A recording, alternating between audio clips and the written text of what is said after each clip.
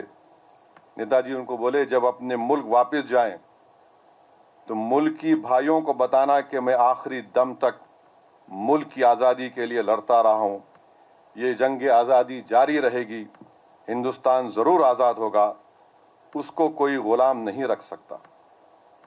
یہ دیکھیں آپ, یہ ویلر جی, یہ جو اس دھرتی سے محبت تھی, انگریزوں سے اس ملک کو آزاد کرانا تھا.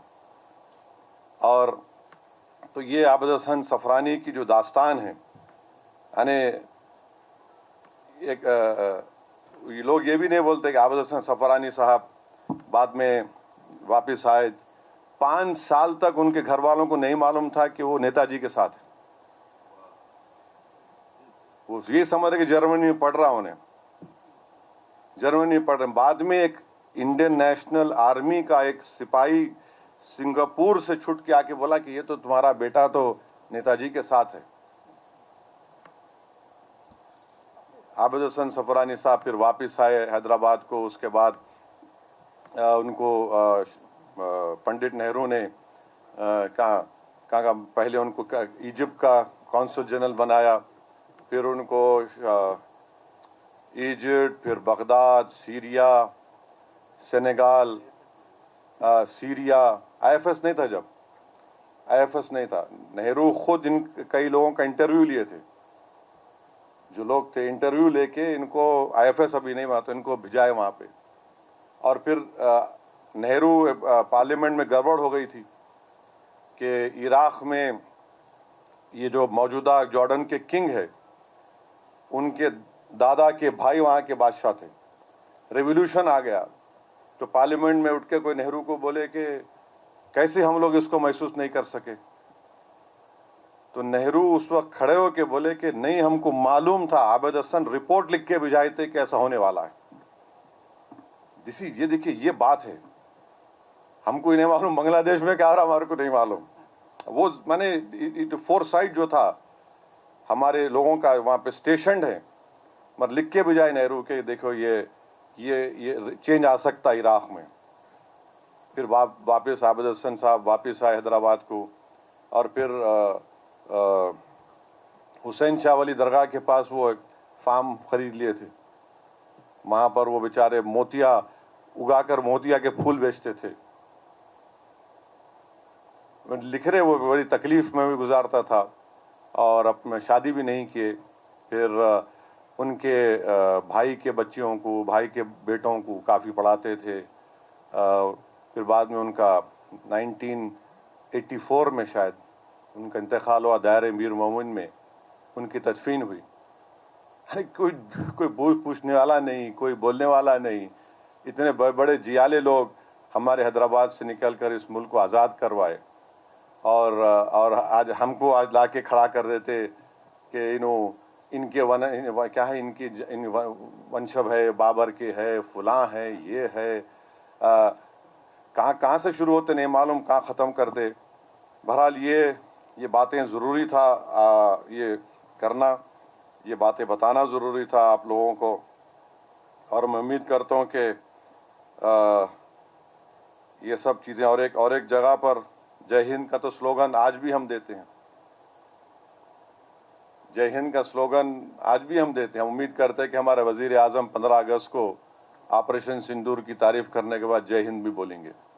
کم سے کم بولنا چاہیے، بولنا معلوم ہونا چاہیے. اس میں کوئی یوسف مہر علی کون تھے؟ کوئٹ انڈیا کا نعرہ کس نے دیا؟ یوسف مہر علی نے دیا تھا گاندھی جی کو. گاندھی جی نے اس کو ایکسیپٹ کیا، بولے ہاں یس یوسف مہر علی نے صحیح کہا. کل پرسوں پارلیمنٹ میں اسپیکر صاحب بول رہے تھے کہ اس دن کوئٹ انڈیا موومنٹ میں کھڑے ہو کے پکار کے بولا کہ آپ یوسف مہر علی کا نام بھی بولو اس میں. یوسف مہر علی کا نام آپ بتائیے، کون تھا یوسف مہر علی؟ تو اس میں بہرحال وہ ان کی بڑی قربانیاں ہیں.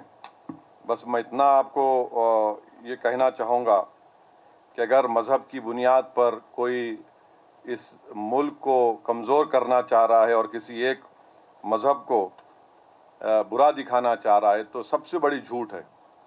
آج اسد الدین اویسی، رحمان صاحب، ضیاء الدین نیار صاحب، ماجد صاحب، اگر ہم یہاں پر ہے تو ہمارا یہاں پر رہنا اس بات کا ان لوگوں کے منہ پہ تماچا ہے جو مسلمانوں کو ٹو نیشن تھیوری کو ایکسیپٹ کرنے کی بات کرتے ہیں. ہم تو ریجیکٹ کیے اس کو، وی ریجیکٹڈ اٹ.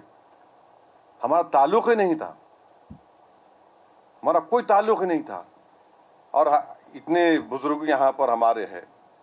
اور کون مولوی اسماعیل، تمام جتنے لوگ تھے، انہوں نے تو انگریزوں کے خلاف لڑا. اور ہماری ذمہ داری ہے کہ ہم اپنے ان بزرگوں کو نہیں بھولیں، ان خواتین کی قربانیوں کو یاد رکھیں. اور یہ جو آزادی ہم کو آج ملی ہے یہ قربانیوں کی بنیاد پر ملی ہے. اور انہوں نے بڑی قربانیاں دی جہاں پر، اور ایسا پیریڈ تھا کہ جہاں پہ ہر مذہب پنپ رہا تھا. انگریز حاکم تھے مگر ہر مذہب اس لیے پنپ رہا تھا کہ سب مل کر ہم نے اس ملک کو آزاد کروایا. مگر آج افسوس یہ ہو گیا کہ ہم ایسے وقت میں آ چکے ہیں کہ آپ سے اور ہم سے پوچھا جا رہا ہے تم پروف دکھاؤ تم انڈیا کے ہے یا نہیں. جب عابد حسن صفرانی، یہ مولوی اسماعیل علاؤدین، یہ لوگ اپنا خون بہا رہے تھے، انگریزوں کے بنائے ہوئے کپڑوں کو جلا رہے تھے، اپنا کیریئر برباد کر رہے تھے، اپنی جائیدادوں کو اس ملک کی آزادی کے لیے قربان کر رہے تھے، اپنی دولت کو دے رہے تھے، کس لیے کہ ہم سکون سے سانس لے سکیں، ہم عزت سے اپنی زندگی گزار سکیں. مگر آج حالات یہ ہو گئے کہ کوئی ڈی مانیٹائزیشن کر کے ہم کو لائن میں کھڑا کر دیا. اب ہم کو بولا جا رہا ہے کہ KYC کے لیے آپ بینک کو چلے جاؤ اپنی انڈینس کو پروف کرنے. اب SIR کے ذریعے سٹیزن شپ کو پروف کرنا پڑے گا. میں کبھی سوچتا ہوں کہ اگر یہ